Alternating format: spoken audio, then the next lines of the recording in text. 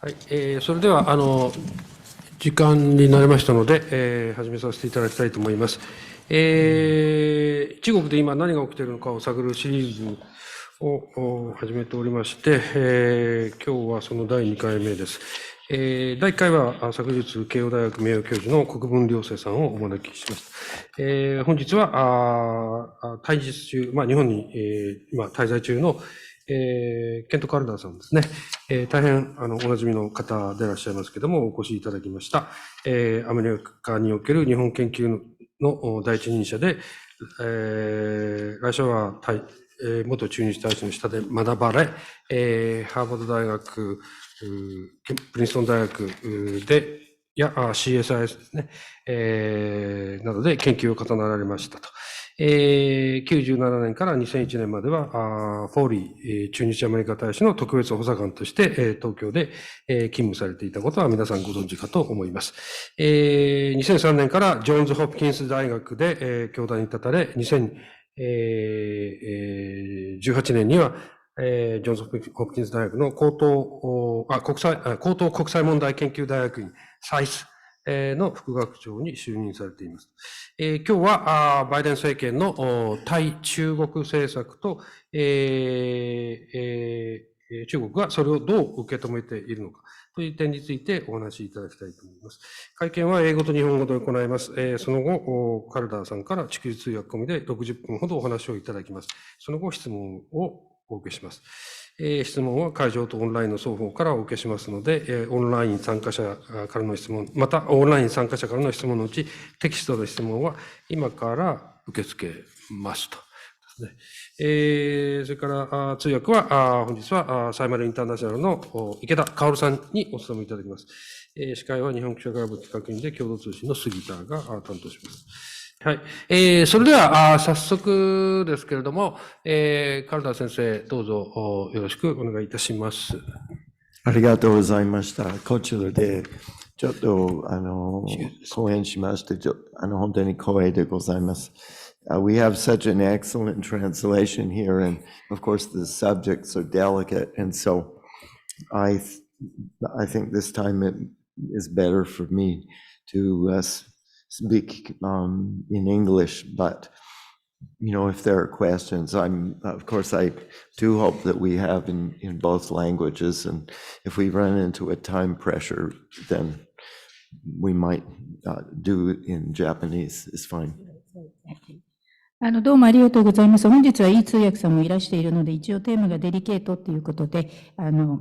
英語でお話しさせていただきます。で、質疑応答の時には日本語、英語両方ということで、それで時間制約が厳しくなってきましたら、もしかしたら日本語で直接させていただくかもしれません。I'd like to, of course, I'm speaking in a personal capacity. I do have government experience, and we speak, of course, with members of the administration and various other people on policy questions, but there's nothing official. These are just my own personal ideas on a subject, I should say, that really deeply interests me. 3 of the last 4 books that I've done have been close to the question of U.S.-China transformation that I'm going to talk about today. 本日お話しすることはあくまでも私自身の個人的な見解でございます。もちろん政府にいたこともあるんですけれども、それから現在でもアメリカ行政府の人たち、また政策にまつわる人たちと直接話はいろいろヒアリングさせていただいてますけれども、公式なものではないということで、本日のお話はあくまでも個人的なアイディアということで、お聞き止めいただければ幸いです。特に米中関係に私とっても深い関心を持っておりまして、最近私が書いた4冊のうち3冊はみんな米中変革を扱ったものでありまして、本日もそれを話させていただきます。Of course, we naturally focus, especially at a time like this, on the details, the very recent details of developments such as the summit. And of course, I will get to those. But I do think there are some important structural changes that are occurring both in the United States and China that make the management of that relationship more difficult. I should also add that I think some of those same changes in the technology area in particular also help U.S.-Japan relations to become closer. もちろん時代が時代でございますので、当然のことながら、最近行われた米中首脳会談についても、話題は広がります。後ほど触れさせていただきます。ただ、その背後にもっと対極な形で重要な構造変化が、米中両方で起こっているというふうに思っております。まさに進行形ということなんです。ということで、米中二国間関係管理するのがなおさら大変になっているということであります。また、同時に技術が大きく変化している。これは日米関係をさらに改善する、またさらに良くするということで大いなる助力になっております。The first big change, which, as I say, I believe it increases tensions between the U.S. and China, even as it also creates more complementarity between the U.S. and Japan, is the increasing fusion, the coming closer of military and civilian technology. 5G, telecommunications, or AI, artificial intelligence, are two examples. There are, of course, many with respect to cyber security and digitalization and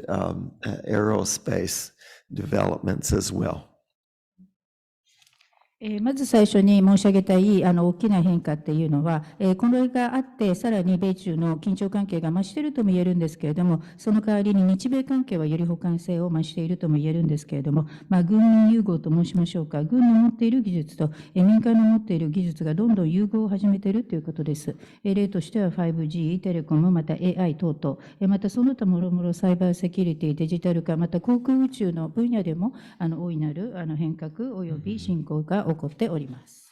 Of course, we can see the policy expressions of these technological developments in things like the proliferation of sanctions, and also on the U.S.-Japan side, cooperative technology development. Of course, Japan has been developing something parallel to the DARPA division that the United States has for defense technology. So that this coming closer of civilian and military technology, as I say, is something that significantly influences U.S.-China and also U.S.-Japan relations. いろいろな形で技術が目まぐるしい発展を遂げているということで、それが政策にも現れております。一方では非常に制裁が拡散しているということもありますし、日米関係ということになると、技術をめぐる協力関係がどんどん進んでいるということであります。例えば日本は日本版の DARPA を作りつつあると、技術をもっと駆使する防衛でということです。それから軍民技術がどんどん緊密化して近寄ってきているということを受けて、米中関係ですとか、また日米関係、大いに影響を受けています。The second important change that I think is making U.S.-China relations harder to manage is that domestic politics is growing more complex in both the U.S. and China. 2番目にご指摘申し上げたい起こっている大きな変化、それによって米中関係の管理がどんどん難しくなっているんですけれども、これはアメリカと中国両方で国内政治がどんどん複雑化しているという点です。In the United States, the Congress is coming to play, especially on issues relating to Taiwan, increasingly important role. There's the new, I'll go into those developments later, but the new role of Congress in the creation of new committees and the expansion of the U.S.-Taiwan caucus, as well as the recent shift to Republican control of House of Representatives. I think all of these are complicating U.S.-China relations on the American side. でアメリカの方では議会がますます特に台湾というテーマについて大きな役割を果たすようになってきております。後で触れますけれども、例えば議会は新しい役割を担って委員会を作ったり、アメリカ台湾コーカスを増やしたりとか、また拡大したりとかしているわけです。特に下院を共和党が牛耳るようになったということで、ますます米中関係複雑化しております。これはあくまでもアメリカ側から見てということなんですけど。On the Chinese side, of course, recent political developments, particularly the rising role in policymaking of the Chinese ruling party, of the Communist Party of China, has been making it more complicated, the policy coordination more complicated, because the formal government leaders and the decision making,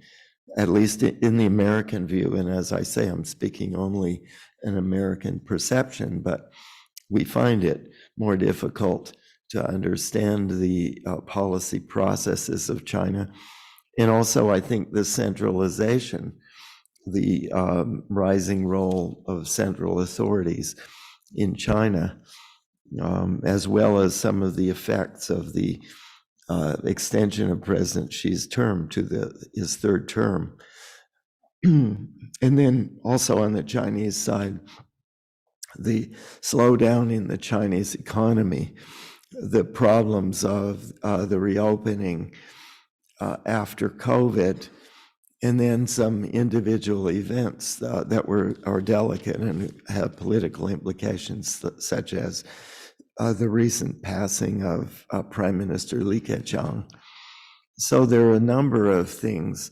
on the Chinese side, both structural and also actual events that make it difficult, I think in the American view, more difficult to understand and to respond to Chinese policy making, unless, and I would stress, unless there is strong communication at the very top levels of government.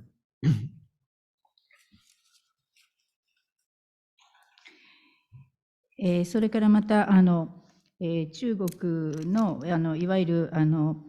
最近の政治的な展開を見ても、特にポリシーメイクという観点から、もちろん大きな権力を持っているのが中国共産党であるわけで、その中国共産党がポリシーメイクに大きな影響を持つようにさらになっているということ、これで政策協調がより複雑および困難になっているということです。アメリカ側から見ると、今一つわからないと、中国国内どういうプロセスで政策立案されているんだろうということです。正式な政府のリーダーシップとか決定のプロセスとか、今一つ混沌としているっていうことであります。で、中国はさらに中央集権化がどんどん先鋭化しているということでありますし、習近平氏任期3期目に突入ということで任期も延長されたということも一部原因となっているわけです。で、中国サイドをさらに中国経済が減速を始めてしまったということ、それからコロナ後ということでもちろん経済再開しなくちゃいけないけれども複雑性が残っているということで、こういった個別の事象が起こっている、デリケートなことが起こっているということで、例えばその李克強元首相が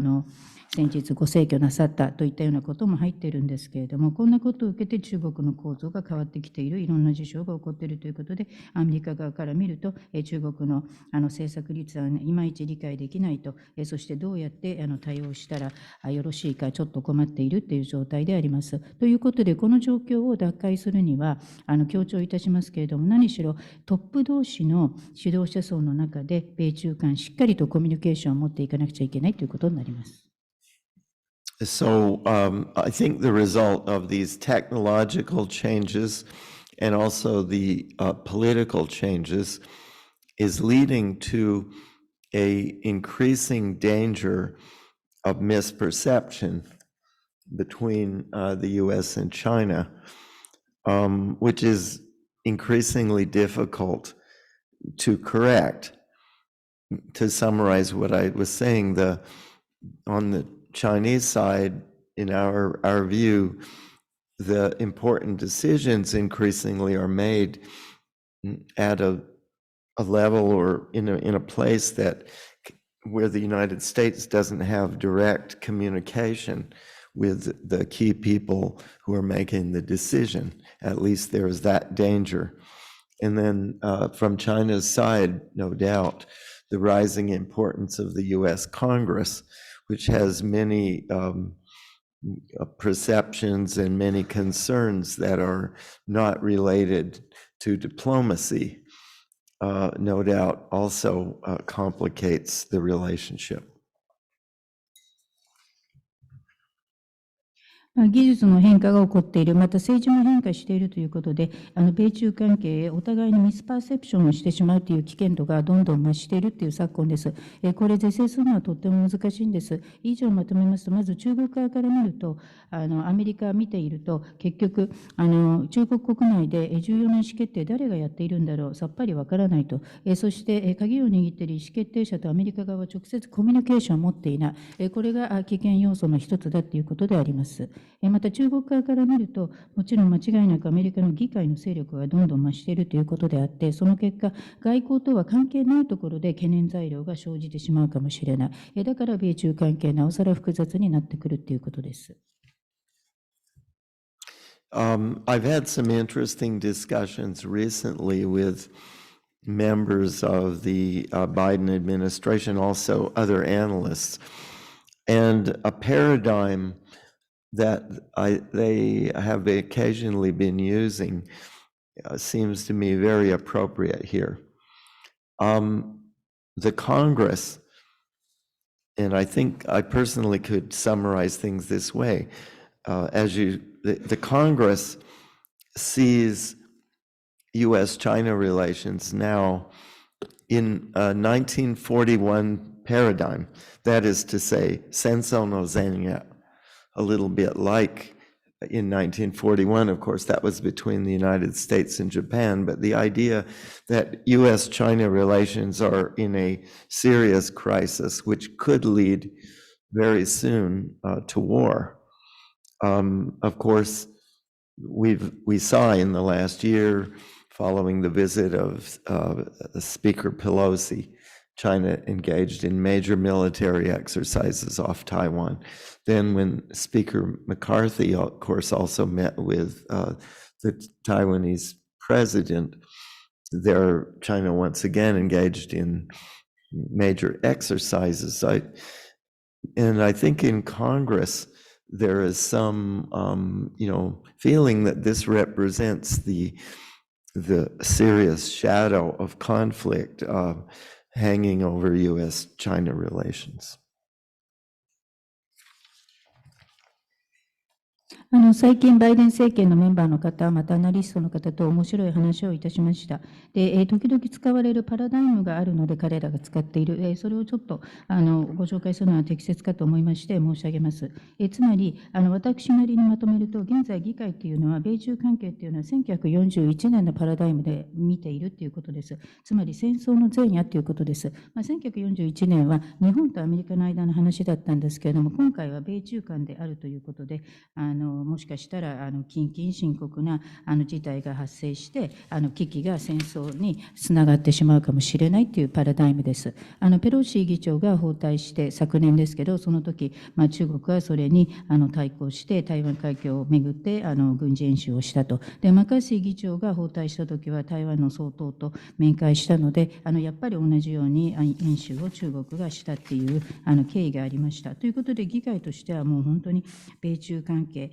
コンフリクトあるんじゃないか、非常にこの先本当に紛争が起こってしまうんじゃないか、深刻な影がそういった形で落とされているというふうに感じているみたいです。There are several structural factors in the U.S. Congress, recent developments that I think help to give our Congress members this sort of a senso no zenia sort of perception. One, the Congressional Taiwan Caucus is very large, together with Israel, the largest in the US Congress. There are over 150 members of the House of Representatives in the Taiwan Caucus. My last count was 151. In the Senate, Taiwan Caucus has 33 members, which is 1/3 of the US Senate. At the US, by comparison, this is far larger, say, than the Japan caucus or Korea or some other caucuses. Also, there's a new select committee, as I mentioned, in Congress on the Chinese Communist Party, established in just this year when the Republicans took over Congress. Congressman Mike Gallagher of Wisconsin is chairing that. But it also has active Democratic members. And so maybe let me stop there. また議会は最近の展開いくつかを見て、また構造的な要素があるということを認めまして、議員の多くが戦争の前夜だなというふうに感じるようになってきたということであります。そして議会において台湾コーカスがどんどん大きくなっています。例えば下院においてはイスラエルのコーカスと比肩するほど大きくなっていて、下院議員150人がこのコーカスに入っていると。前回私が最新で調べたところは151名になっているということなんです。で上院が33名入っている。これは上院全体の3分の1に該当するということでありますので、日本のコーカスとか韓国のコーカスに比べて、台湾コーカスというのはすごく規模が大きいということであります。またさらに申し上げたように、アメリカ議会では特別委員会、特に中国共産党特別委員会というのが今年立ち上げられています。これは共和党が下院を牛耳って以来ということなんですけど、でその議長、委員長を務めるのがウィスコンシン州選出マイク・ギャレが下院議員ということであり、プラス民主党の議員も結構入ってるんです。Of course, I think as you all know, since the Taiwan Relations Act was passed in 1979, the Congress has had a special role in reviewing policies toward Taiwan to provide defensive arms and also retain the U.S. capacity to protect Taiwan. A review role, of course, the policymaker is the federal government, but the Congress plays a review role. And they have also, particularly during the Trump administration, they passed several pieces of legislation which loosened the constraints which of course existed for diplomatic relations on U.S. relations with Taiwan. で1979年に台湾関係法というのが可決して議会をまず通りました。そしてそれ以来議会は特別な役割を担って台湾政策についてはレビューできることになったわけです。だからこそ継続的に防衛用の装備及び兵器をアメリカは台湾に供与しているわけでありますし、アメリカは台湾を守るというふうに言っているわけであります。でポリシーメーカーとか連邦がもちろん政策は作るけれども、それをレビューする機能を持っているのが議会だということになります。で特にトランプ政権の時代に法律が何本か通りまして、外交関係上アメリカと台湾の関係どうするということでいろいろ制約がかかってたんですけれども、結構その制約が緩くなりました。As a result of some of these structural changes, there's also been, of course, several pieces of new legislation. For example, the Taiwan Travel Act in 2018, which allowed for high-level U.S. government visits to Taiwan. Then there was the Taipei Act in 2020. Both of these, of course, former President Trump was in office. To enhance engagement with countries, for example, Palau or some Latin, Central American countries, to encourage these places to strengthen their ties with Taiwan. those are just two pieces that actually passed the Congress and were signed by the president. The Biden administration has been more reluctant to encourage this sort of thing, but pieces like the Taiwan Policy Act or the Taiwan Conflict Act that some of you know, there have been proposals recently in the Congress that are still pending and have been reviewed by committees that reflect, I think, this sense that the Congress has of crisis in U.S.-China relations centering on the problem of Taiwan. で、一部その構造的な変化が起こっている結果、いくつか新しい法律も通っております。例えば、台湾旅行法ということで、これ2018年に成立して、これによってアメリカのハイレベル高官が台湾を訪問できるようになったと。で、2020年には台湾法がやっぱり通っていて、で、この2本ともトランプ政権時代の話なんですけれども、これによってパラオとか特に中南米の中米を対象にして台湾と関係を強化しなさいといったような商用が行われるようになったということです。で、こういった2本、新しい法律として、トランプ政権の時に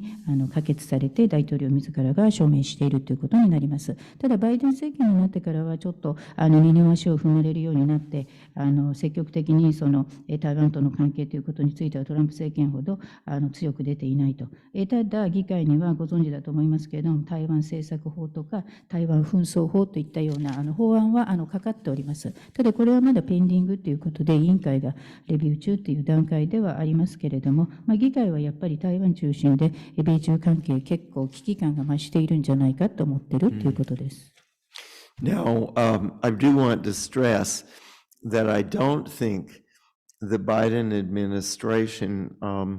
uses this 1941 paradigm. Actually, I believe that they are skeptical, but they do use a different historical paradigm, which also indicates a deep concern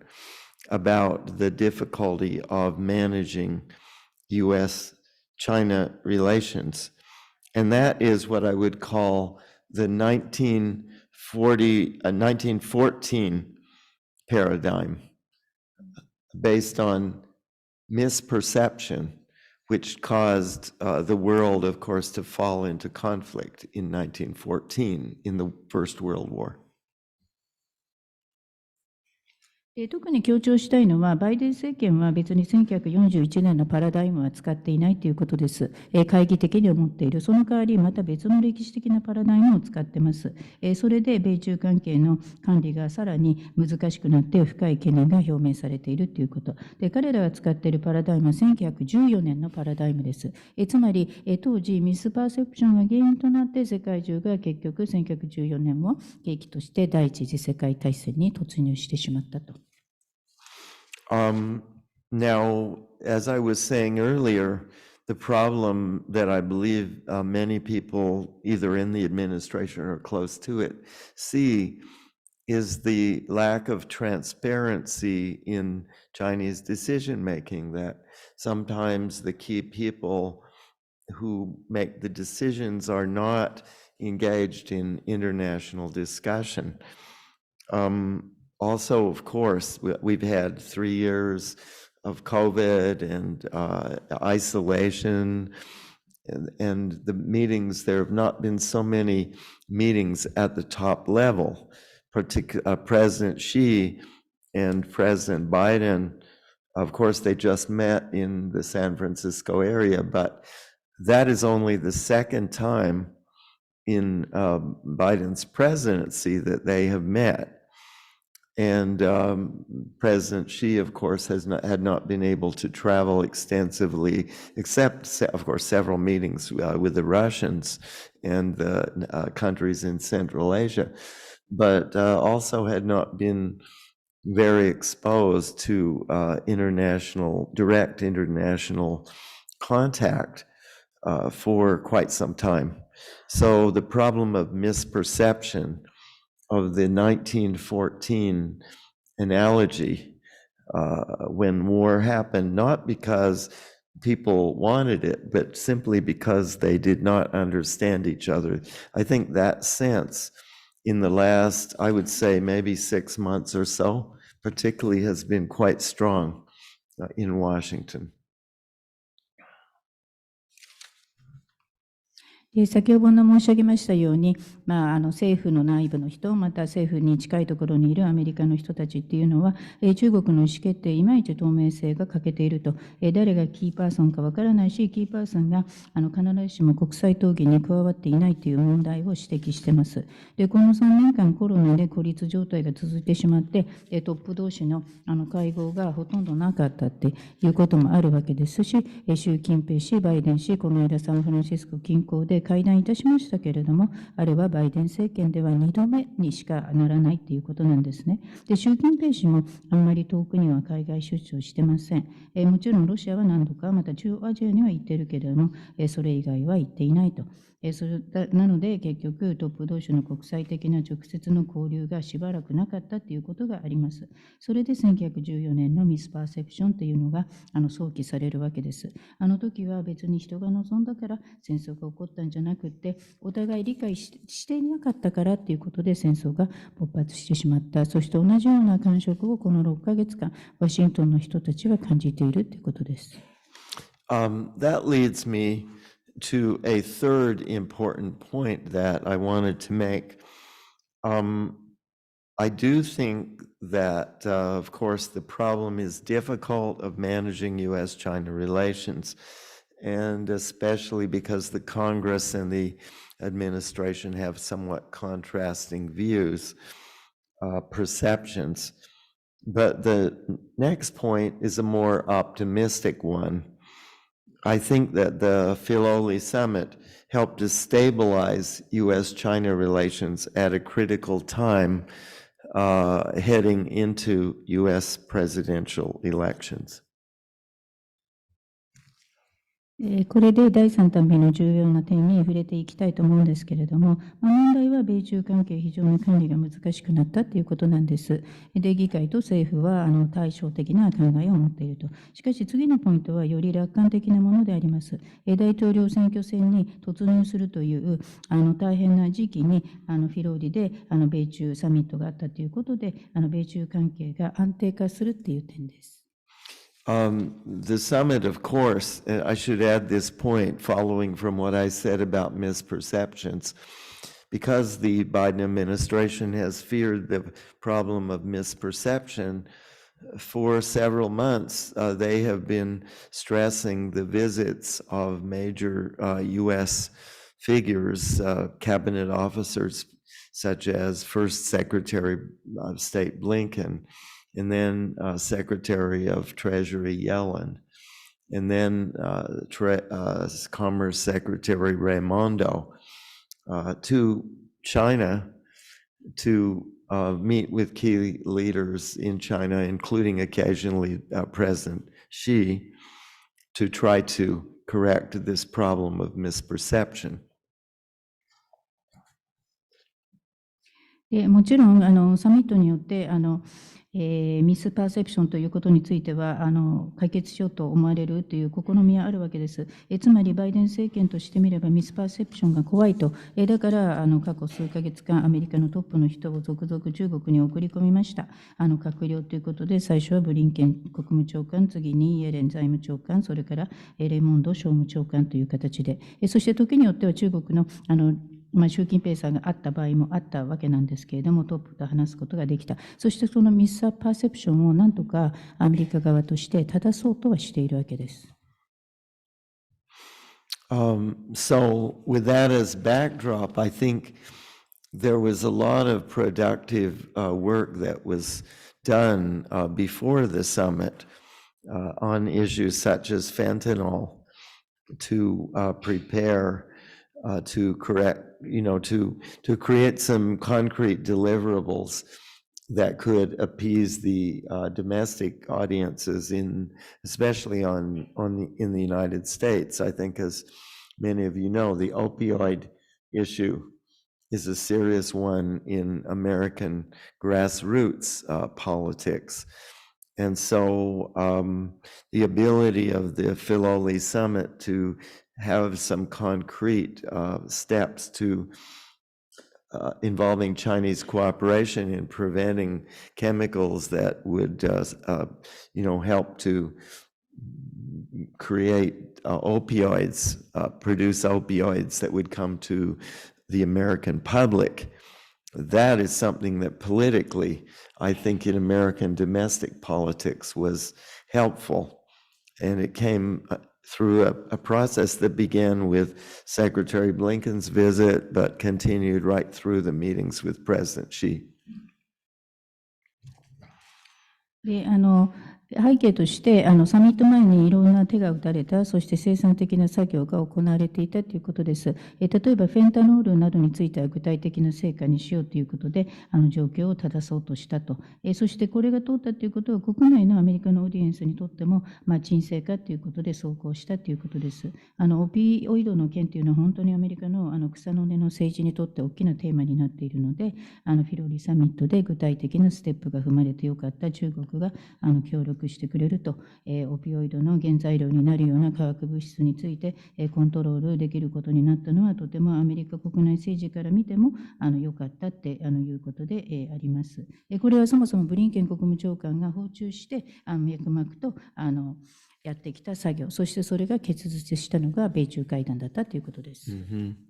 The second development, of course, was the revival of military-to-military dialogue that had been suspended since the visit of Speaker Pelosi to Taiwan. And I think in the administration, many people were happy about the restoration of military-to-military dialogue, as given what I've said about the increasing complexity of the way civilian and military technology are related, that the ability of the militaries of the two countries to speak with one another in Washington, at least, I think, feel that that was a positive, stabilizing development. で第2の展開は、軍と軍との対話が復活されるようになったということは決まったことです。ペロシ議長が訪台して以来ずっと中断してたんですけれども、今回復活することになった。これでアメリカ政府の多くの人は良かった良かったと喜んでいるということです。何しろ軍民技術がどんどん複雑になって融合するようになってきたということを受けて、米中の軍同士で対話をまた復活させるということはいいことだとワシントンの人は見てますし、これは前向きで安定化要因になると評価されています。And then the final point, which relates, I think, to this overwhelming concern for misperception that the administration has, was the chance to speak at the top for key officials right across the major parts of the U.S. government, of course, except for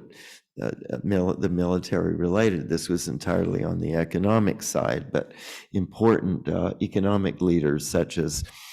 Secretary of Treasury Yellen, I would say particularly. It's very interesting also that the deputy chair of the Federal Reserve Board, Lael Brainerd,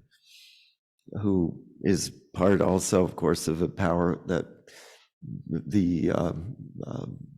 Kurt Campbell, of course, was also at the summit.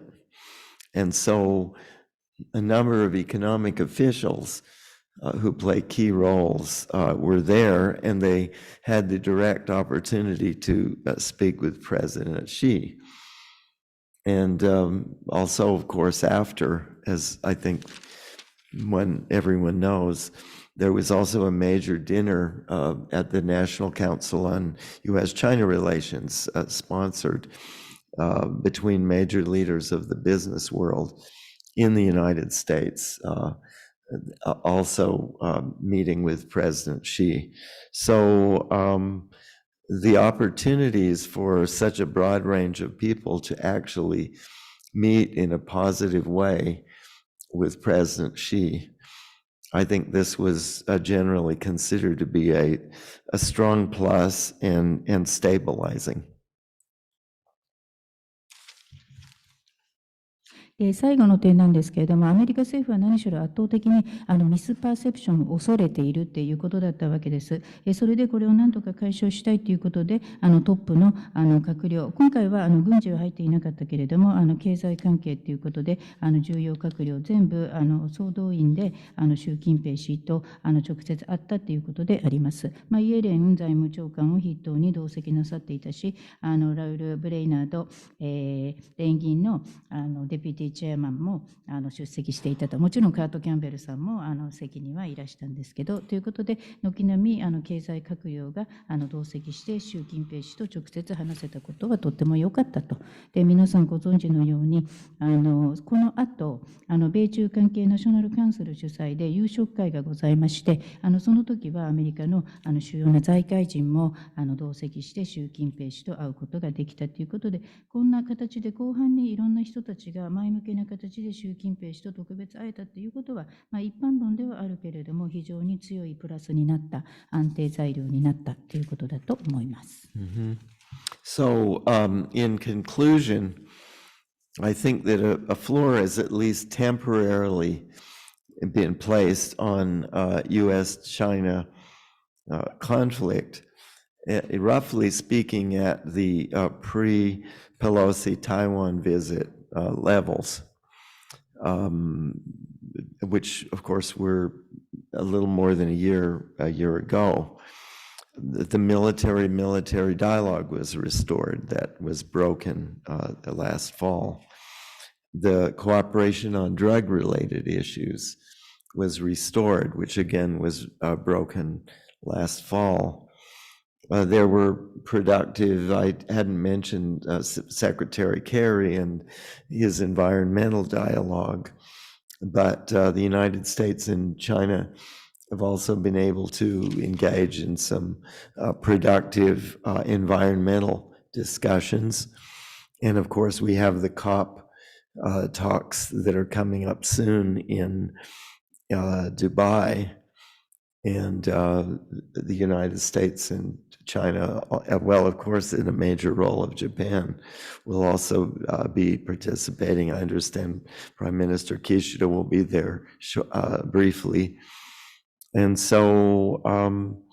there are a number of areas where U.S.-China tensions in the short run, I think, have been muted, have been not diffused, might be too strong, but inhibited. And of course, as we go into a presidential year, I think on both sides of that relationship, both in Washington and in Beijing, there's a sense that that is a positive development. There's enough problems in the world with the Ukraine conflict and the Middle East conflict and so on to additionally have a spiraling up of U.S.-China confrontation as well.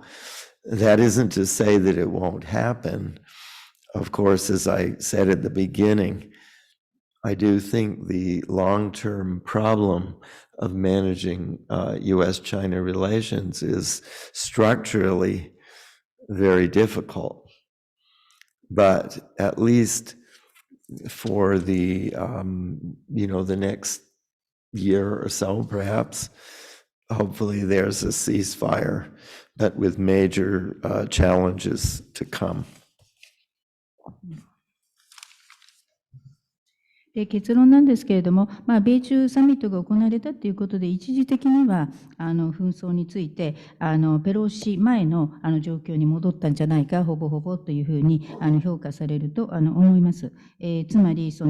例えば軍対軍の対話も昨年の秋はちょっと中断していたけれども、でペロシさんが訪台したのは1年強前ぐらいなんですけれども、軍対軍の対話もちょっと一時中断してたけど復活することになってよかったと。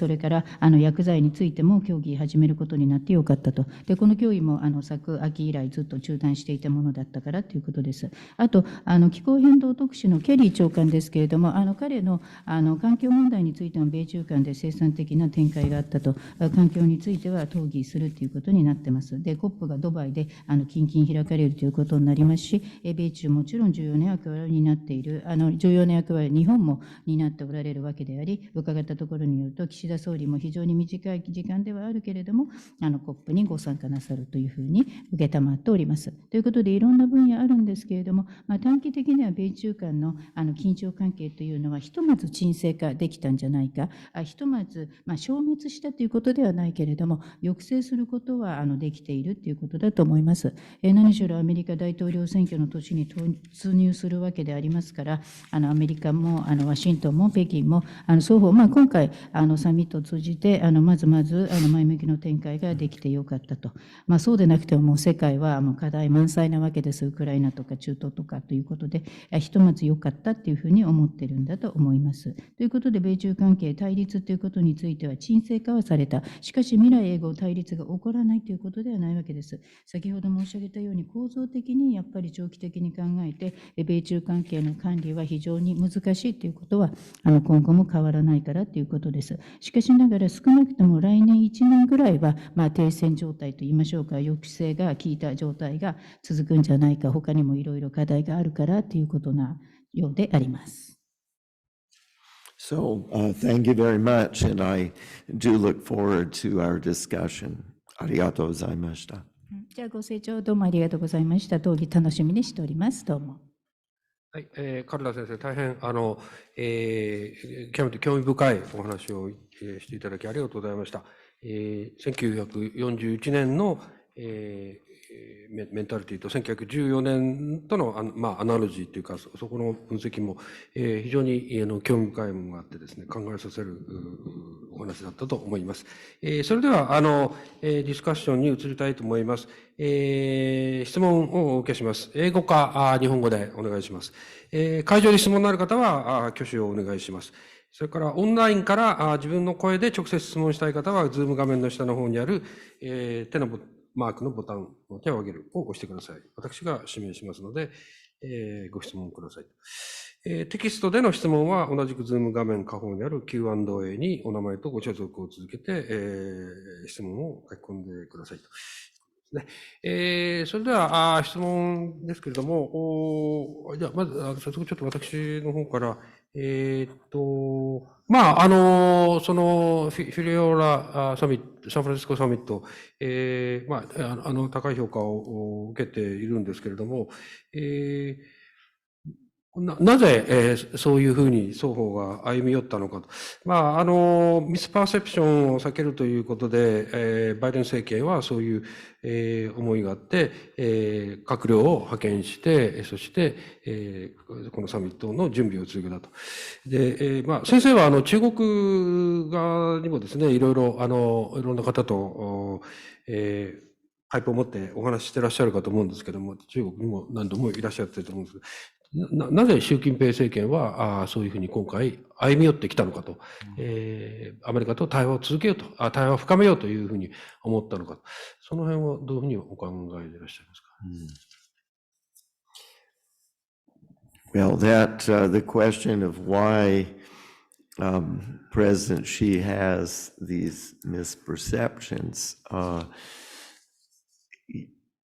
of course, I guess there's probably two dimensions. There's the substantive, the issue of information, what information he receives, and then there's just a basic question of the understanding or the view of what it is that the United States is trying to do. Clearly, there are certainly beyond misperception. I think clearly the administration is concerned about this issue of misperception. It's probably from the outset one should recognize too, there are elements of differences of view, clearly. But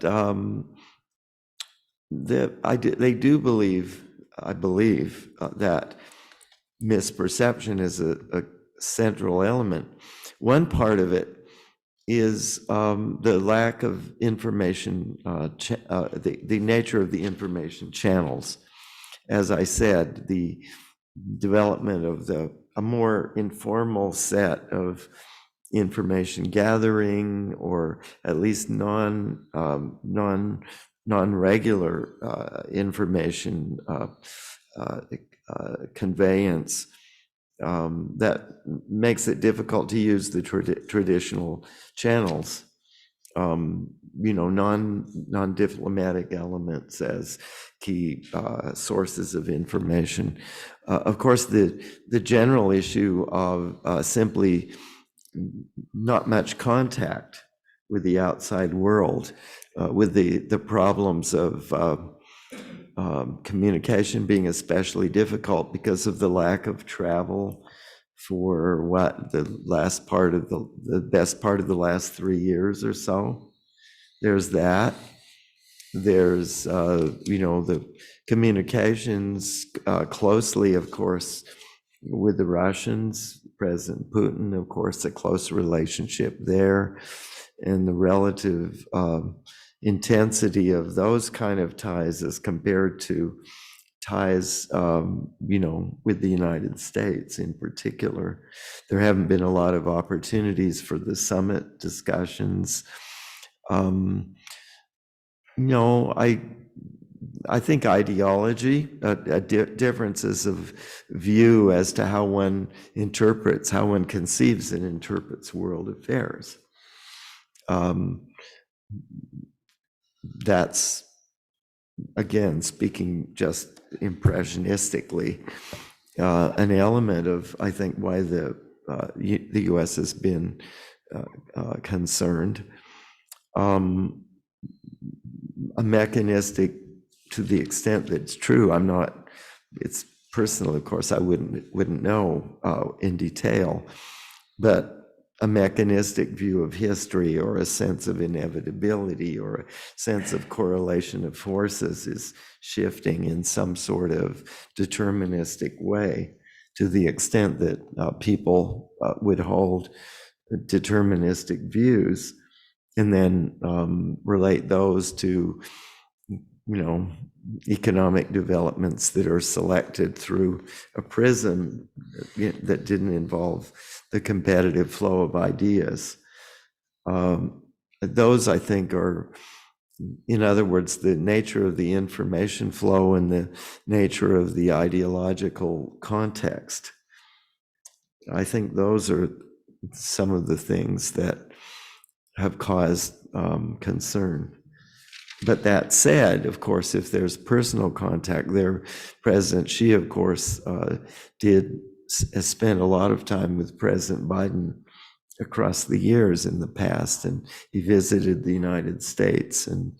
he spent time even in Iowa, of course, many years ago. And so there are positive elements in terms of perception, I guess, in the American understanding, together with some of those issues that might relate more to ideology or simply the lack of personal contact.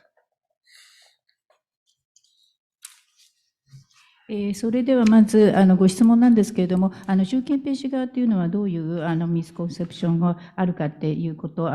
それをちょっと2つの側面から説明したいというふうに思います。アメリカから見てっていうことなんですけど、つまりアメリカ側から見ると習近平氏に対してどういったチャンネルで情報が言っているのか、またどういう情報が習近平主席に届いているのかということが今一つわからないということがあるわけです。そしてそれを通じて、じゃあアメリカが考えていること、本当に習近平氏は分かっているんだろうかといったようなちょっと疑いの念があるということで、いろいろパーセプションというのが生まれてしまったということだと思います。で、ミスパーセプション以外の話として、もう全体としてやっぱり米中間にはしっかりとした見解の違いがあるということは前提としてあるわけです。そしてそれに加えてミスパーセプションもあって、それが中心的な懸念材料になっているということです。で、これは情報チャンネルの性格によることかもしれませんけれども、今はもうインフォーマーな形で情報が収収集されると、正規化されたルートではなくて、非伝統的なチャンネルを通じて、情報が大半収集されているというのは現状なわけです。つまり、本来だったら外交チャンネル、伝統的なものを通じてということだけれども、それがあんまり機能していないから、非公式なものに頼らざるを得ないということになっているわけです。それからコロナもあって、外界と遮断されていたということを習近平氏側の事情としてあります。コミュニケーション、外の世界と取りにくかったと、海外にもほとんど、行っていないということは、この過去3年間あるわけです。しかしながら、プーチン氏のような人とは、選択的にコミュニケーションはずっとよく取ってきたという現状はありますので、そちらとの関係は相対的に強度高くやってきたけれども、こと対米関係ということになると、中国側はあまり力を入れてこなかったということがあるわけです。ということで、米中会談の時にはいろいろ取り上げる種が盛りだくさんあったということです。ただどうしても両国の間にはイデオロギーにまつわる世界観の違いというのがもうあるわけです。で、印象を申し上げてきたけれども、やっぱり以上がアメリカの懸念の予定ではないかというふうに思います。で、つまり機械論的、不可避的、そして相対的に力のシフトがあるということで、これはその個人的なことではないけれども、一般として多分決定論的な力が働いているんじゃないかと考える人もたくさんいるんじゃないかと思います。そして自由なアイディアのやり取りなしに、変更がかかったプリズムを通じて経済展開が起こってしまったと。そして情報の流れとか、それからまたイデオロギーのコンテキストの面でいろいろなことが作用して今の状況になっているんじゃないかということで、アメリカが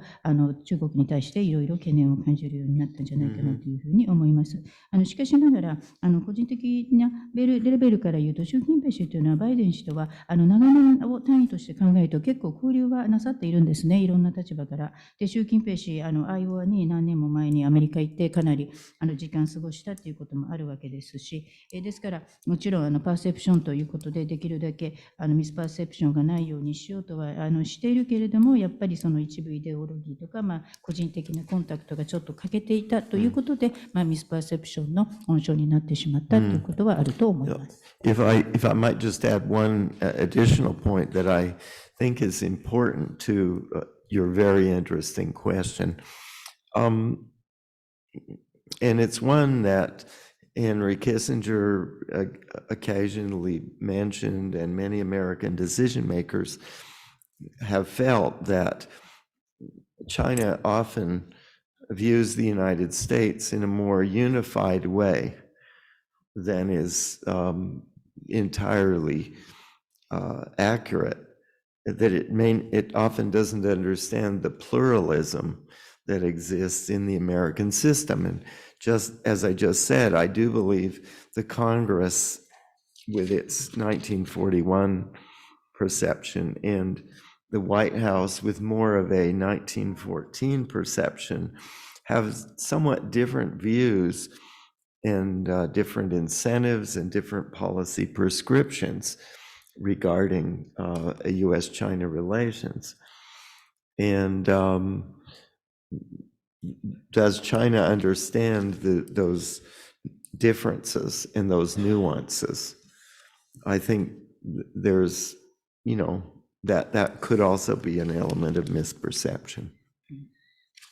あともう一つとっても興味深いご質問いただいたのでお答えということで加えたいことがあるんですけど、でヘンリー・キッシンジャー氏が時々言っていること、またアメリカのディシジョンメーカーが時々言うことがあるんです。つまり中国っていうのはアメリカを見るにあたって統一感を持って、見ているっていうことなんです。みんな意見が同じみたいな形で。でそういうことはやっぱりアメリカを今一つ正しく理解してないんじゃないかということなんです。現実アメリカっていうのは多元主義な国だからいろいろなことが起こっているけれども、どうもその辺が中国には通じていないんじゃないかということです。細かく申し上げると、例えばアメリカ議会は1941年パラダイムをベースにして、ホワイトハウスは1914年のパラダイムをベースにして考えている。ですから当然その帰結として米中関係管理の仕方については、見解も違えばどういうインセンティブを与えたらいいか、どういう処方箋があるのかということについても違いが出てくるわけです。しかし果たして中国その辺の微妙なニュアンスの違い、理解しているのかどうかということはちょっとクエスチョンマークがつくということで、これもアメリカ側のミスパーセプションの要因の懸念材料になっているということです。はい、どうもありがとうございました。それでは質問がある方はどうぞ挙手してください。じゃあちょっと、じゃあ奥の方から。は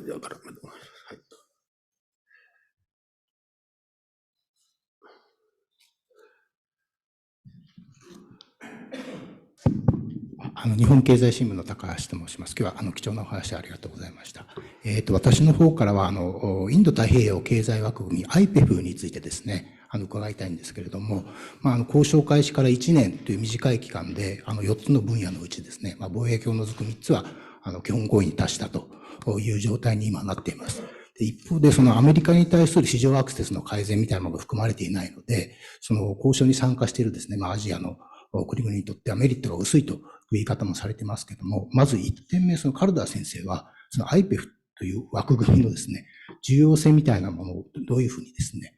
評価されているのか、それが1点目です。で、もう1点はですね、来年の、今、その IPEF は議会と関係なくですね、政府が進めているわけですけれども、これは来年のアメリカの大統領選で共和党が政権を取る。で特にトランプさんがですね、大統領として復活することになると、IPEF というのはどういう扱いになっていくのか、ちょっとそのあたりの見方を教えてください。Just briefly, could you just summarize just a second? So what do you think about the importance of the IPEF framework, and also that was right. How would the Republican-led government would treat IPEF, for instance, if Mr. Trump would be restored in the presidential election? Yeah, sure. That's right. That's what I thought. Well, I think the first thing to be said about IPEF is that it doesn't involve market opening measures. It's very different in that sense from like tariff reductions and traditional trade negotiations that we have. So it's really particularly supply chain, or at least I think the productive and important dimensions are supply chain related. How do we make supply chains more efficient, and how do we help them to facilitate, from a U.S. point of view, I think friendshoring to other countries, and I think we'll see more investment potentially here in Japan, but also countries that with the labor cost advantage, India or Vietnam or places like that. So it's, complementary to a market opening set of policies, but it's different. Now, of course, Trump attacked and he pulled out of the TPP, which was a market opening and tariff reducing set of policies. I think probably just because it's done by the Biden administration, probably Trump is going, at the minimum, want to revise it, and probably just to reject it because it's out of the Biden administration. That's the short answer that I would have. Even though it isn't a market opening, it's a different sort of thing from TPP. まず第一に IPEF っていうのはもちろんマーケットオープニングはないということで、伝統的な関税引き下げを伴うような貿易交渉とは異なるということは言えます。で、今回はやっぱり何が目玉か、それはサプライチェーンのところについて生産的重要な展開があったからじゃないかというふうに思います。サプライチェーンの効率化ですとか、近いところにフレンドショアリングということで生産拠点を移すとかということがメインであると。でもしかしたら日本もその関連で投資を増やすかもしれないし、ローチンでアドバンテージを持っているインド、ベトナムなども利益するかもしれないっていうことだと思います。ということで、言ってみれば市場開放に補完的な措置が含まれている。しかし従来の関税引き下げ交渉とは異なるっていうことだと思います。で、トランプ氏はもちろんトランプ政権の時に TPP からアメリカ離脱してしまったわけです。で、TPP というのはどっちかというと伝統的なちゃんとMA が入っているマーケットアクセス、マーケットオープニング、関税引き下げといったような協定であったと。で、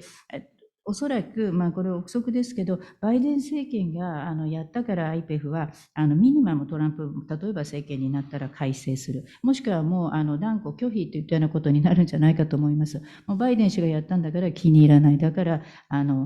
もう否定する、拒絶するっていうことじゃないかというふうに思います。そしてその IPEF っていうのは何しろ前提が違うと。市場開放はやらないけれども、その他の補完的な措置を盛り込んだ措置ということというふうに見てます。はい、じゃあどうぞお願いします。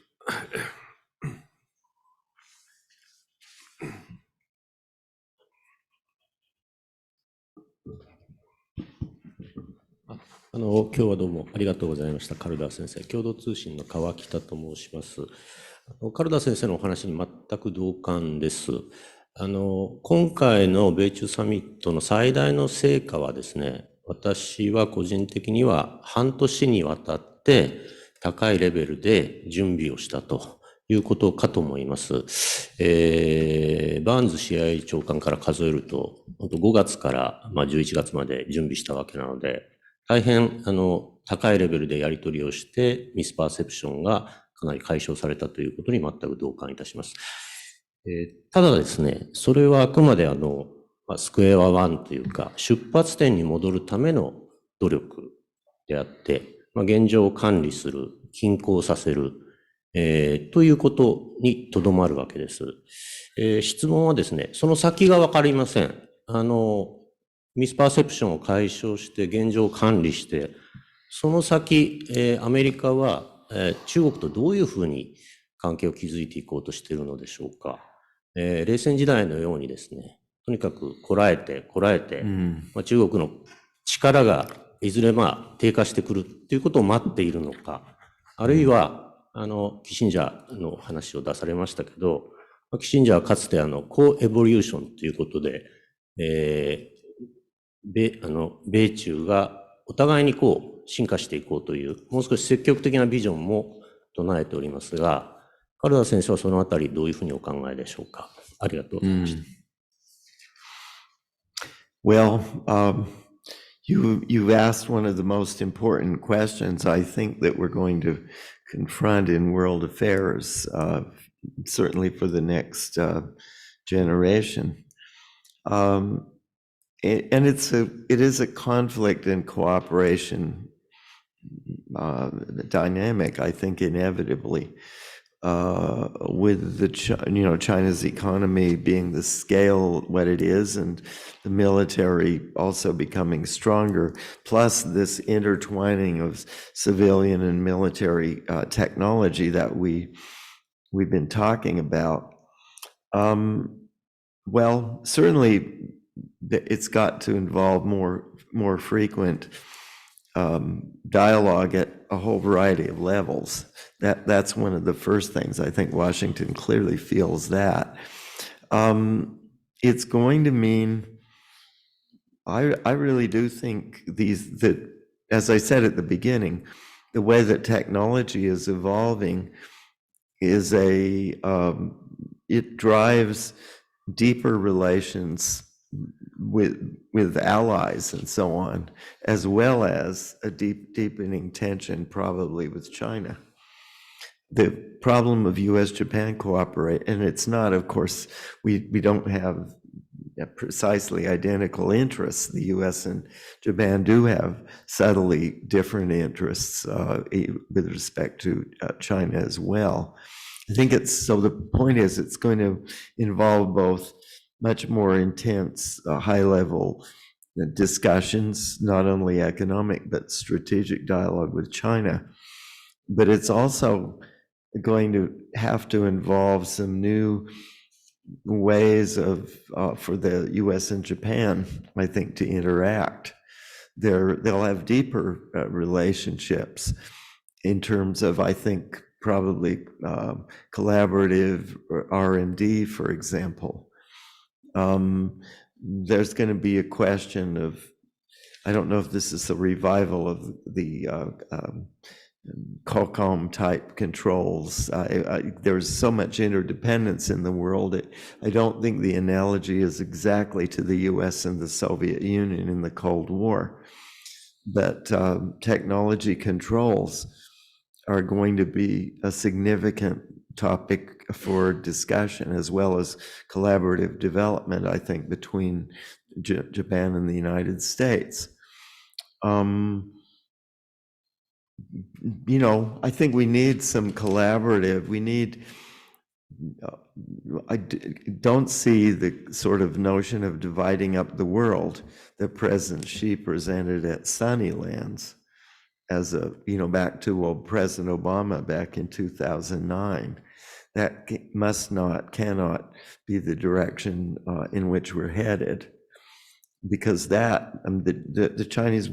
may well have they no doubt would have incentives to try to create that kind of a large G2 type condominium, which I simply don't think we're not headed. We can't be headed that way. But there's got to be some collaborative dimensions. Here's where finance, particularly, I thought both in the Filoli Summit,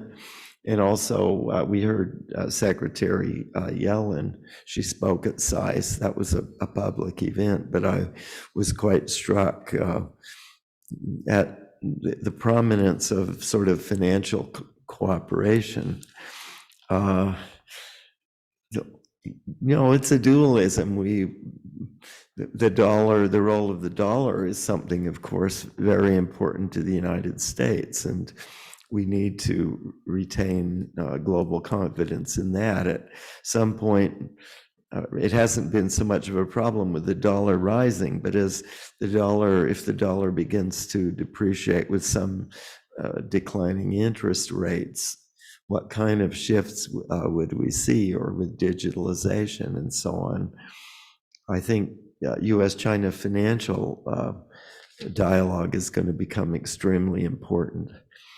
But, you know, there are collaborative. I would say certainly we would look for things in the financial area, probably in terms of development assistance. On the environmental side, of course, President Obama stressed that very strongly, and President Xi was also a key factor in the COP agreement in Paris, COP21. So it's a mixed cooperation and conflict, but it has to have some confidence building, trust-oriented measures, as well as deterrence. That's not a sufficient answer, but you've asked a really important question that we're going to be struggling with for years and years. 最も重要な質問の一つ、今いただいたと思います。つまり、もう次の世代まで続くような大きな問題であるということです。つまり、一方でコンフリクトがあり、一方でコーポレーション、協調協力がある力学がずっと今後しばらく続くということであります。中国の経済というのはとっても規模が大きいので影響力大です。また強い義務も持っている、ますます強化されつつある昨今です。それから軍民技術の融合もどんどん進んでいるということで。だからこそいろんなレベルで頻繁にアメリカ政府としては対話を中国側と続けていきたいというふうに望んでいると思います。そしてこれが大きなワシントン DC 側の関心事ということになっています。冒頭で申し上げましたように技術は刻々進化してまいります。だからこそ同盟国との関係がさらに進化もされているわけです。逆に中国とは緊張が高まってしまうということにもなるので、米中ではなくて日本とアメリカの間のだからこそ技術の発展を背景にして協力が進むことができるということです。もちろん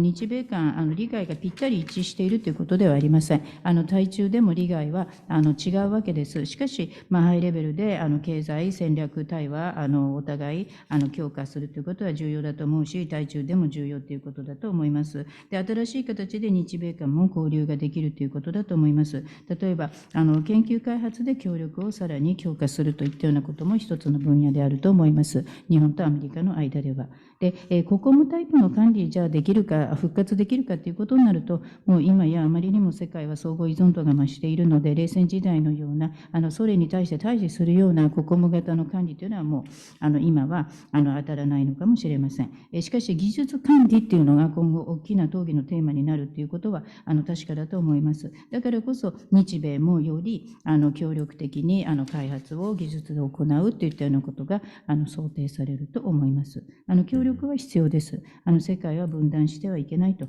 2009年オバマ氏と習近平氏が会ったとき、サニーランドで分断はダメだというふうに話したわけです。つまり世界は G2 のだけで仕切られるような世界はやっぱりみんな望まないということです。いろんな協力の側面ありますけれども、今回のフィオリのサミットで明らかになったのは、イエレン長官もサイズで講演なさったとき、私も非常に驚いたんですが、やっぱり金融の面で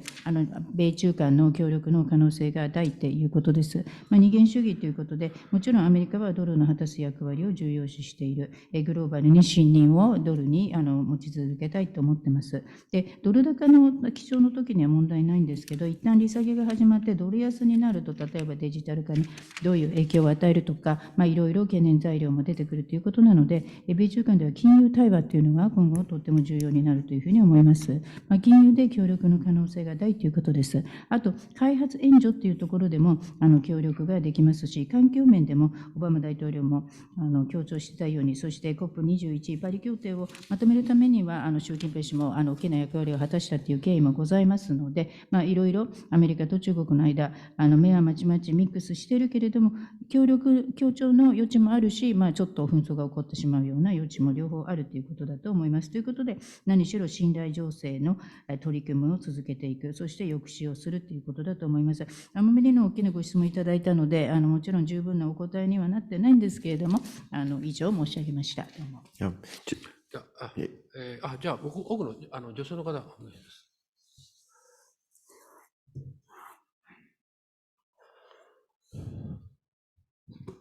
NHK の吉塚と申します。ありがとうございました。今の質問に少し関連するんですけれども、さらに聞きたいと思って立ちます。まず最初に理解として、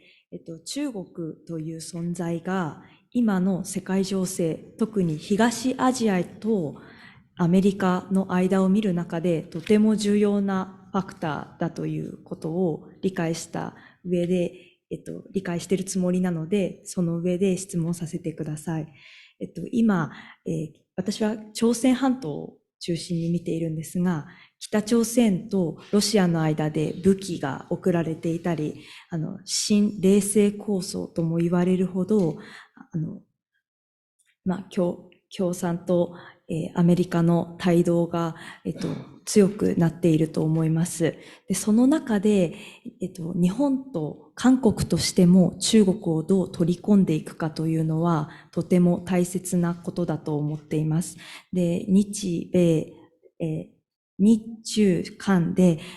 首脳会談をしたいと動いていますが、なかなかうまく進まないのには、中国の思惑として旨味がない、メリットが少ないというところがあるのではないかと見ています。で、その中で、関係者の人に取材をすると、韓国がどういうふうに中国にメリットを与えられる政策をアプローチしていけるか、日本も同じだと思います。大事なことになってくるんじゃないかという声も出ています。その中で、東アジアはどういうふうに日本に向かっていくのかっていう上でアメリカの存在が大切だと思っています。アメリカはそういう東アジアの状況を今どういうふうに見ていて、その上で何ができると考えているのかを教えていただきたいです。また日本と韓国もどういうふうに中国にアプローチすべきかっていうのも合わせて tip として教えていただけると嬉しいです。お願いします。US, Japan, Korea. Yeah. And also how the China can be engaged as a result of the approaches made by Japan and ROK, and also what could the US do in the East Asia? Well, first, in terms of the Biden administration, one thing that's been striking to me, having been involved in several administrations and watching the evolution, is the deep interest that Secretary Blinken and others have had in the U.S.-Japan-Korea relationship. Of course, there are bitter historical issues, certainly.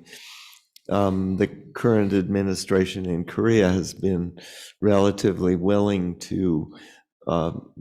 overcome those. And of course, Prime Minister Kishida has reciprocated that. I think this is very positive. I've no question. It's being very, very positively seen in Washington. And people appreciate that Korean politics is somewhat polarized and it might last forever, but that as much as can be done to solidify that relationship and to make it more positive, I think there's a strong feeling in that regard. When Secretary Blinken was deputy secretary in the Obama years, one of his major concerns there, and he traveled several times to both Japan and Korea in that connection, was to try to encourage more reconciliation between them. Now, more broadly, in terms of the regional dynamics, the Biden administration has quite a strong commitment to multilateralism, trans-Pacific multilateralism. The U.S. has strong security interests in the Pacific and economic interests, and places like Hawaii and Alaska, of course, are very close geographically as well. I think we deeply consider ourselves a Pacific power, but the world is changing, and the structure of world order needs to be one which is inclusive, in which the United States plays a role, but it also accepts the presence and importance of the other powers that are willing to be constructive. And of course, China is also a major nation of the Pacific, and where that is, possible and relevant, I think, including China as a major stakeholder, is something that they also see, provided that it respects, basic principles of the international order. So that's a little bit of a response to start out with. まずバイデン政権なんですけれども、私も歴代政権にいろいろ関わってまいりましたし、進化を観察してきたものとして申し上げるんですけれども、特にその日米韓の関係ということになると、まずブリンケン長官が非常に心を砕いて取り組んでこられたという事実があるわけです。やっぱり今回韓国政府もだんだんと歩み寄ってきたと、そしてそれに岸田総理も応じられたということで、その日韓関係が歩み寄りしているということは、ワシントンから見ても非常にポジティブに思っているということであります。ただ、韓国政治っていうのはいつも二極化しているとは言われるわけではありますけど、でオバマ政権時、ブリンケン副長官の時代です。あの頃からもう日韓関係とっても心配なさっておられて、なんとか和解してほしいというふうに思っておられたということはあるわけです。で、今や後半にその地域全体で力学が働くようになったと。で、そもそもバイデン政権というのは多国間主義を信望している政権なわけです。環太平洋全体でということで。で、アメリカは太平洋立国でもあるし、太平洋に大きく経済利害を持っていると、ハワイもあればアラスカもあるということで、望んでいるということです。で、この間世界が刻々変わっているということ。そして世界の秩序というのはより包摂性を持たなくてはいけない。その中でアメリカがしっかりと役割を果たすべきというふうに思っているということです。で、かたや中国ももちろん太平洋立国の一つであると多分思っていると思いますので、国際的な秩序の中で基本的原則を履行しつつ、中国もステークホルダーとしてこの地域にちゃんと関与してくれるんじゃないかという期待はあるわけです。とりあえずのお答えなんですけど。じゃあ短くお願いしますね。追加質問ですね。短く。中国を引き込むためにアメリカがすべきこと、しなければいけないと思っていること、で日本と韓国はこれをすべきっていうのはどういうふうに考えますか？To have much more engagement to be derived from China as viewed from US. So what could the US do? And also, what would be the Japan and ROK would do in that context amongst the trilateral US-Japan ROK relationship vis-a-vis China? Well, stability. My personal view is that we have a highly dependent, interdependent system. And in the technology areas, I was saying earlier, I think there's delicate issues that do probably inevitably involve technology controls in terms of that kind of interaction with China. But we know that, of course, diplomatically, there also is a Japan-China Korea summit, which has happened periodically. Stable relations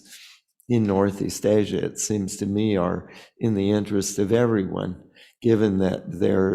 of course, there's a delicate historical heritage. So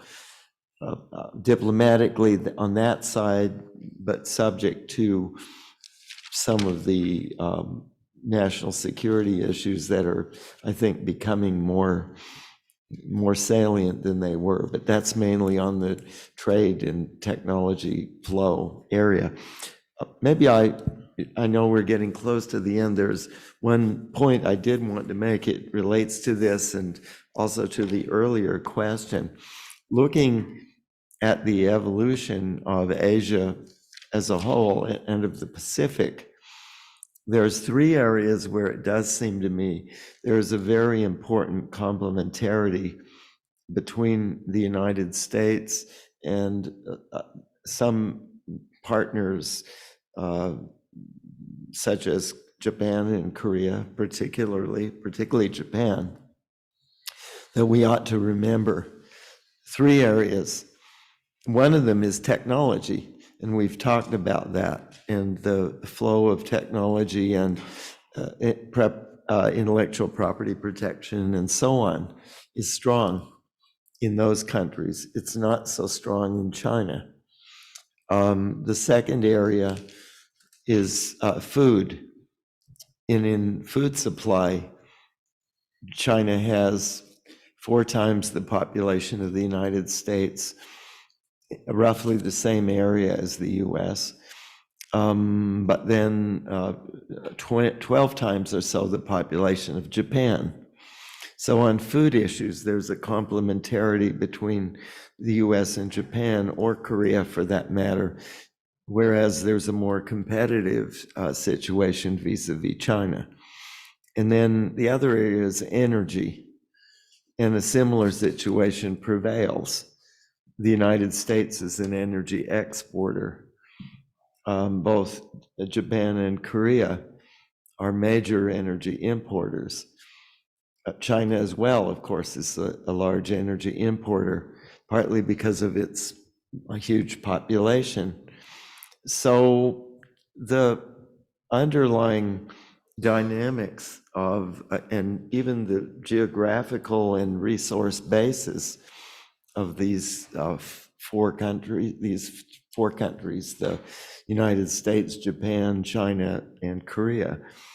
I think do suggest going to the future some really strong complementarities. And those are so strong that I think they will,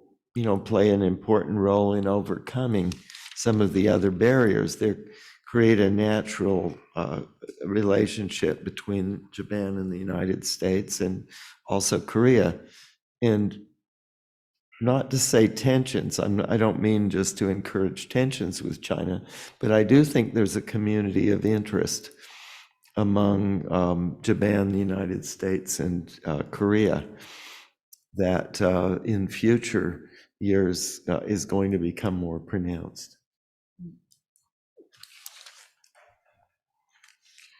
個人的な見解ということで申し上げますけれども、相互依存がどんどん増しているので、技術の問題というのはデリケートな問題で、技術管理、特に中国に対しては今後、技術を管理するということが重要になってくるとは思います。しかし、外交的には日中韓サミットっていうのは頻繁に開かれているわけでありますし、これは皆の利害にもかなうこと、安定要因にもなるということだと思います。ただもちろん背後にはデリケートな歴史の流れがあるということも事実なんですけれども、それで外交的には、例えば国家安全保障の一部にはなりますけれども、今後顕在化してくるのは技術の流れではないか、貿易の流れではないかというふうに思います。ではちょっと時間がなくなってしまったので、1点だけ申し上げさせてください。これは前の質問にも関連したことなんですけれども、つまりアジア太平洋全体を見てどう考えるかということなんですが、もうこの地域全体として進化しているということで、3つの分野で特にアメリカ対日本、それからアメリカ対韓国という観点から重要な協力分野が出てくると思います。特に日本に焦点を当ててということなんですけれども、3つの分野申し上げます。1つはもうすでに申し上げた技術の分野です。で、技術の流れ、特に知財権を保護するといったようなことは日本、アメリカは非常に強力になされている。しかし中国では今一つ弱いということがあるので、これも列挙できると思います。それから2番目は食料です。で、食料供給ということになると中国の人口はアメリカの4倍である。国土の面積は大体アメリカと同じなんだけれどもと。日本の人口に比べたら中国の人口は12倍もあるということであるので、日米韓は食料の面でも補完性を持っている。で、食料供給という面では中国はちょっとライバルになるのではないかっていうことです。ですから3番目はエネルギーということで、これも同様で、アメリカは大きなエネルギー輸出国である。日韓はエネルギー輸入国。中国も人口が多いから大きなエネルギー輸入国であるということなので、4カ国、アメリカ、日本、中国、韓国ひっくるめて考えますと、その力学、地理的状況、資源不存度から考えて、補完性もあるっていうことなので、それを強く強調したいと思います。その補完性が大きければ、他の問題も、またバリアがあったとしても克服可能じゃないかというふうに思うんですね。協調の重要性の方が上回るからということで、特にこれは日米韓に言えるのではないかというふうに思います。で、対中ということになると、いたずらに私は緊張を煽りたくないけれども、もちろん中国に対応するという面でも、その日米韓というのはとてもその補完性があるというふうに見ています。はい、それではちょっと時間なんですけど、先生から10分ぐらい、ということで、じゃあ、高橋さんお願いします。どうぞ。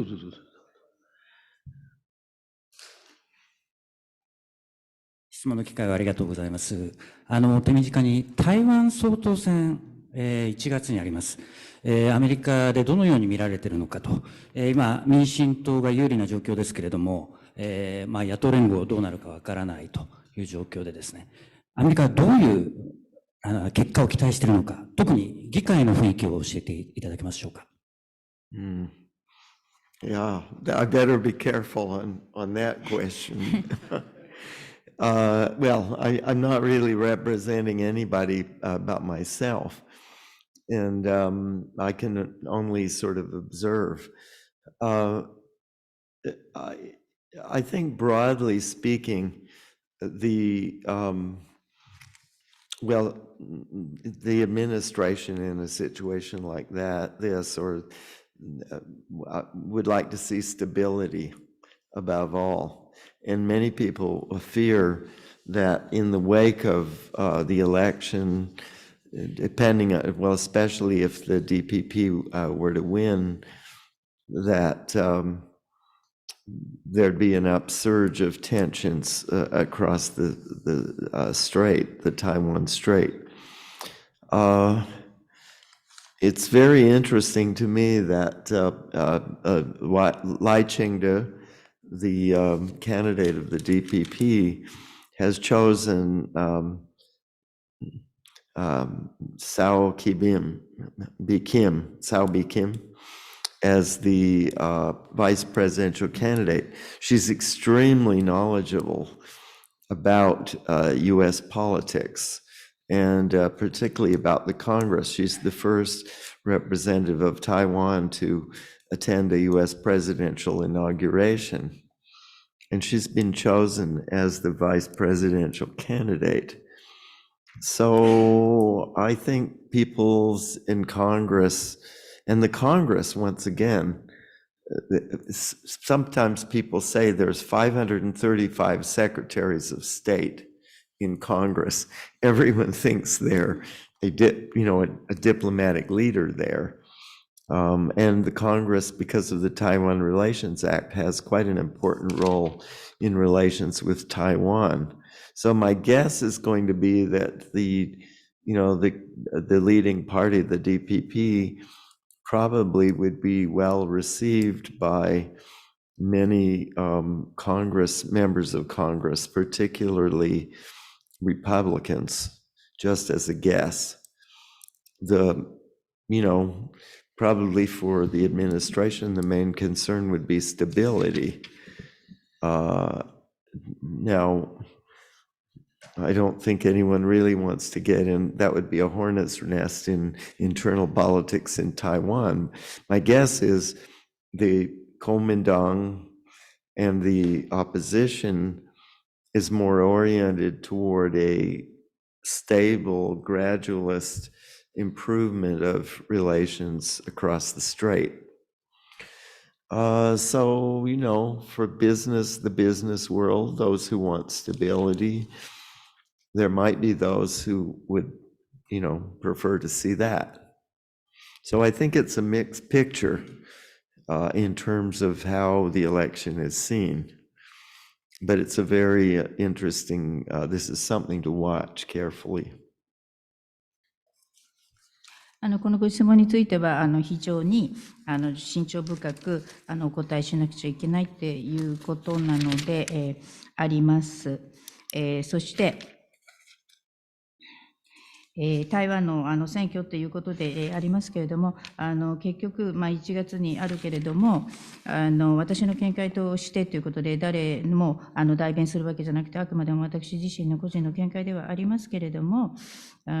幅広くアメリカ政権としては安定を一番気にかけているんじゃないかというふうに思います、選挙の結果。でもちろん、人の中には選挙直後、民進党が勝ってしまうと、台湾環境を挟んで緊張関係が上がるんじゃないかと懸念している人がいるということも確かであります。ただ民進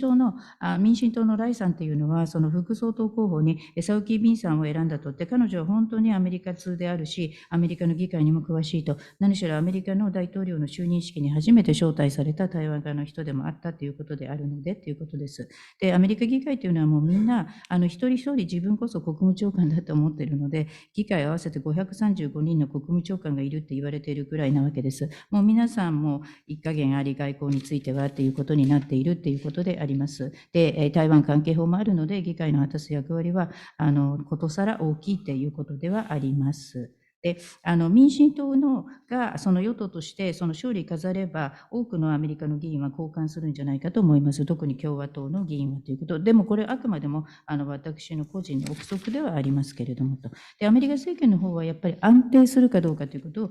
一番気にしているということで、これ以上申し上げると台湾の国内政治に介入することになっちゃうので、よろしくないというふうに思います。で、国民党と野党の方は何を望んでいるか、それは中台関係安定化、全身的に改善するということを望んでいるんじゃないかというふうに思っています。で、財界はもちろん安定を望んでいるということでありますということで、選挙の見方についてはいろいろ見る人によって異なるということではありますけれども、とても興味深い展開なので、私としても注視していきたいと思っています。はい。じゃあ、あともうこれで最後の、じゃあ、すいません。お二人ちょっと、一問ずつですね、質問していただければと思います。で、合わせて、カルダ先生にお答えいただければ。個人会員の川北です。バイデン政権はですね、1941年ではなくて14年のパラダイムで見ているということですが、これを具体的に説明していただけないでしょうか。これどちらもですね、グレアム・アリソンが取り上げた月印の罠に取り上げられているケースですが、41年は日米の対立が根底にあって、直接日米の熱い戦争に発展した。で、14年のケースはですね、覇権国の英国があって、新興のドイツ帝国、第二帝国ですね、の対立が根底にあったわけですが、ところが、戦争の発展はですね、全く意外なところに出てきたわけですね。セルビアの青年がオーストリアの皇太子を暗殺し、オーストリアがセルビアに宣戦布告し、でセルビアの、親分格のロシアが、オーストリアに宣戦布告し、そしたら、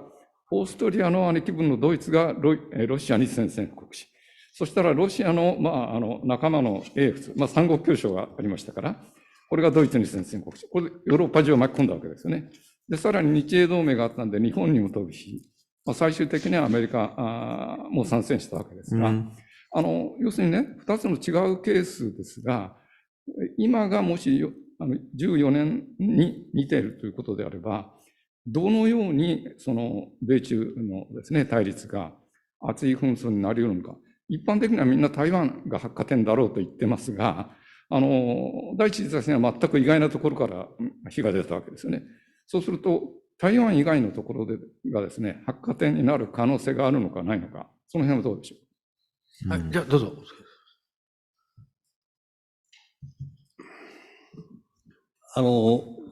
NHK の回遊ですが、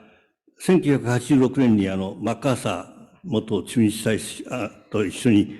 ソ連に行って、米ソ中距離核型の廃止条約、それの、一緒に努力いたしました。それでですね、一つお伺いしたいのは、2005年の小泉政権の末期の頃にですね、ケント・カルダーさん、東大の高原っていう中国問題の専門家と一緒に、あそこで国際文化会館で講演されましたね。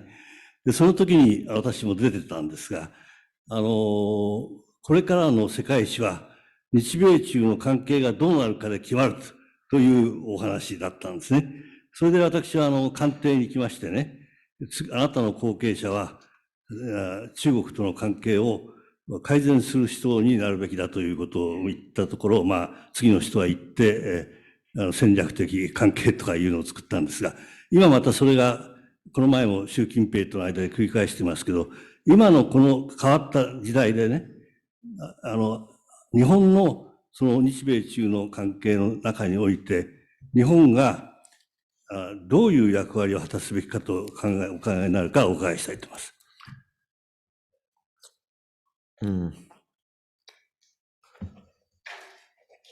Yeah. Well, certainly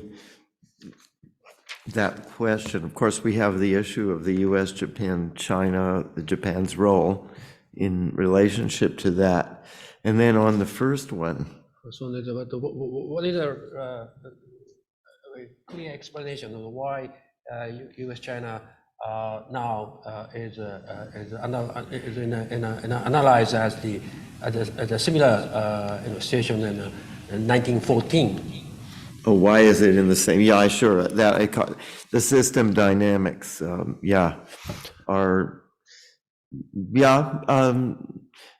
Well, I'm simply reporting what I think is a perception that the misperception was a major role. Of course, the system dynamics are somewhat different in today's world than they were then. It's really just simply that the parties were quite interrelated with one another in 1914, and one side didn't know what the other one was going to do, and the problems of coordination in a complex system. And I think basically we do have that. I mean, obviously that our system today is not the same as 1914. In 1914, it was the railway schedules and the interdependence on a small continent of the armies, and now it's more missile related. It's technologically different. So there are similarities and differences, to put it simply. The role of Japan in the U.S.-Japan-China relationship. Well, I think we're in an era where Japan or China and the United States, as a student of Reischauer, I always have felt that his view that Japan was capable, given longstanding historical ties and cultural understanding and so on, did have the ability to deepen the understanding that the United States would have of China. And I still do believe that there's important areas where that's true. It's more on also, there is room too, I think, for a cooperative dimension on the cultural side, on the environmental side.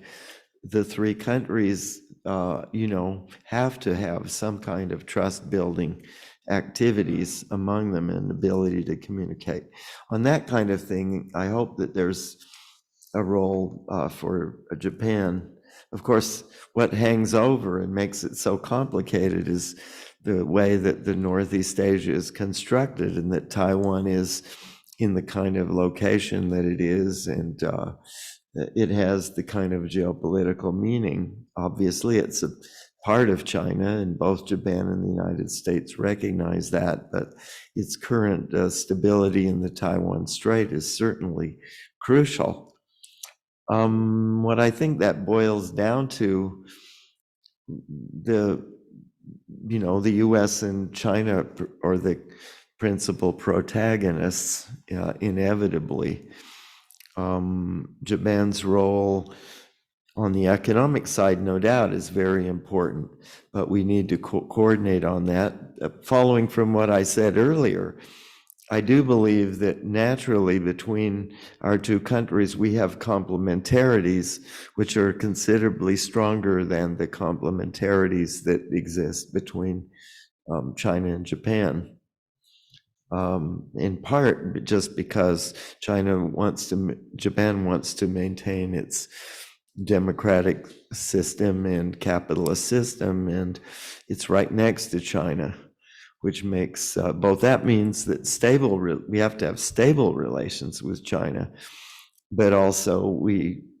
there needs to be a balancer in the situation in the United States, or an ally that can offset China's strengths.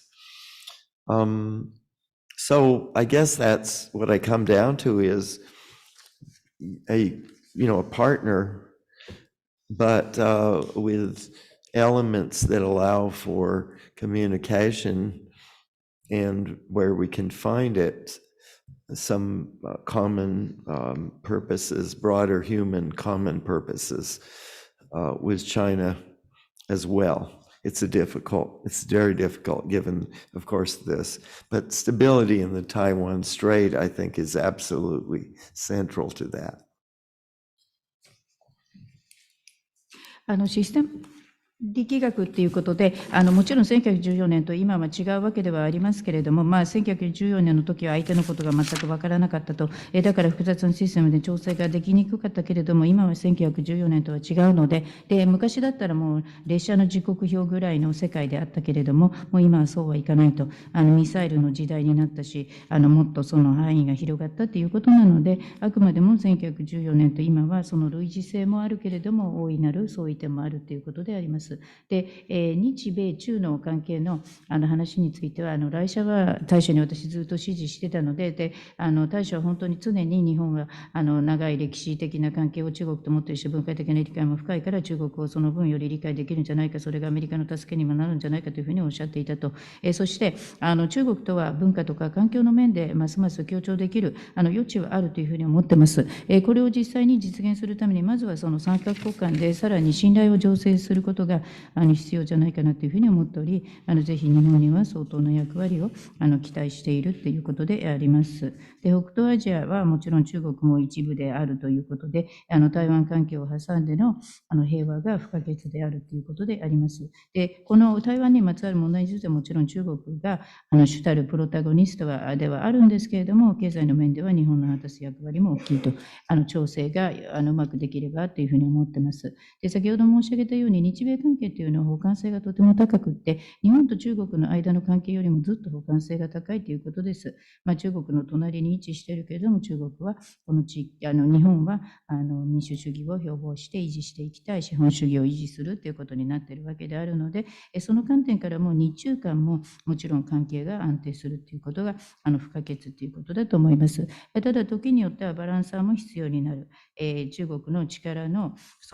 及ぶ範囲をオフセットするために同盟国であるアメリカも果たす役割があるということだと思います。ただできるだけ中国をパートナーとして捉えてコミュニケーションをちゃんとやっていく、そして人間の部分で共通目的を見出すことができればより協調体制というのが強化できるんじゃないかと思いますけれども、でもやっぱり一大前提になるのは台湾海峡を挟んでの安定ということだと思います。はい、時間をだいぶオーバーして、先生には大変中身の濃いお話をいただいて、また質問